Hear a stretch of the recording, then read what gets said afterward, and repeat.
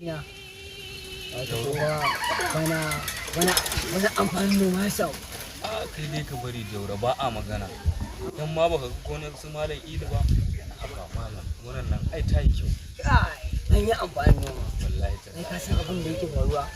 Ina In jin dai har ka riga ka noma, in Allah ya yarda za ka samu. hakuri ku. Salamu alaikum. Aiwa ya kasa.